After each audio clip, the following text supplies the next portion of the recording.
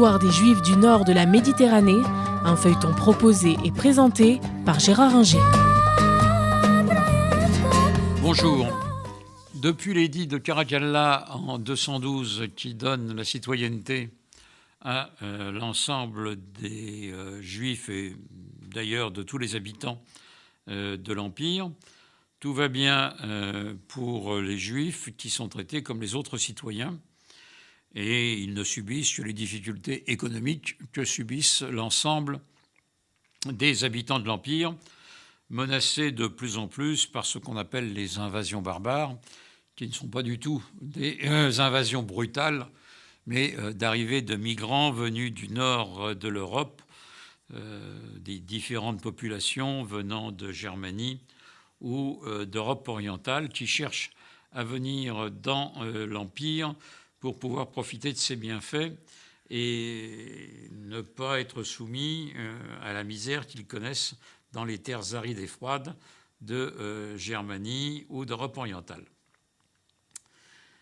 En 313, le paysage va changer parce que les batailles pour l'Empire et la bataille pour occuper le poste d'empereur vont tourner à l'avantage d'un général qui est Constantin, qui, après les persécutions connues au début du IVe siècle par les chrétiens sous le règne de Dioclétien, va se convertir, lui, au christianisme parce qu'il avait promis de le faire s'il obtenait une victoire au pont Milvius contre ceux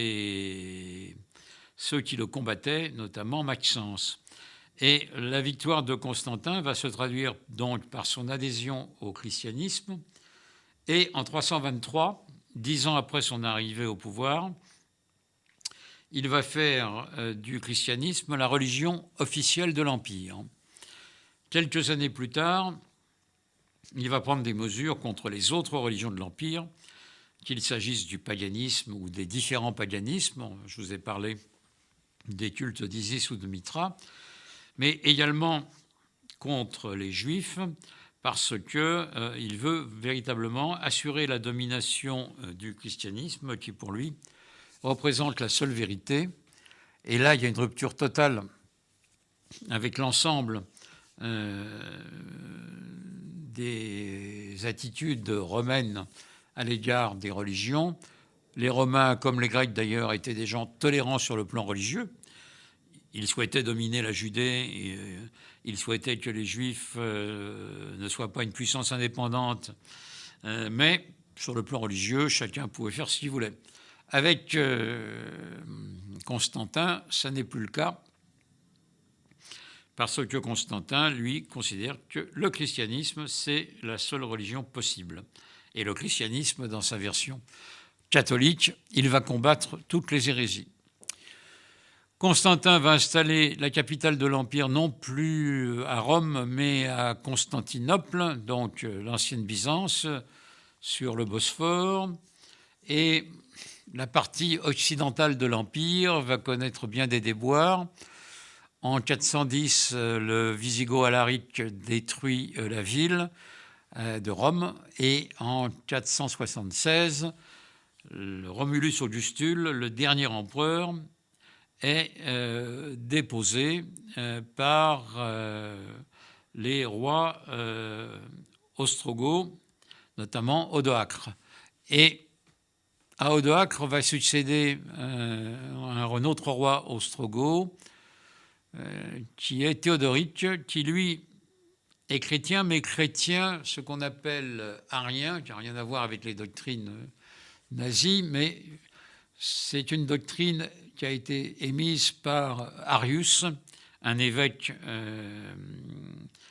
d'Alexandrie, qui a créé donc l'arianisme, qui est une doctrine qui dit que les personnes qui constituent la Trinité, Dieu, le Père et le Fils, ne sont pas égales et ne sont pas identiques, parce que le Fils descend du Père et donc n'est pas de la même substance que lui.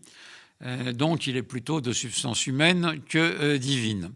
C'est pas ce que disent les catholiques. Les catholiques disent que le Christ a une double nature humaine et divine, mais que sa nature humaine est la même que celle de Dieu le Père. Et donc, les catholiques vont combattre Théodoric, alors que Théodoric, lui, va redonner aux Juifs en Italie et dans les territoires qu'il occupe, en Dalmatie, la Croatie actuelle, les droits qu'ils avaient auparavant. Un autre empereur avait tenté de redonner aux Juifs leurs droits, c'était bien avant, c'était en 361, avec Julien l'Apostat, Julien empereur qui abandonne le christianisme, qui revient au paganisme et qui voulait redonner aux Juifs la possibilité de recréer le temple, mais il est mort très vite dans les combats contre les Perses en 363 et sa tentative n'a rien donné.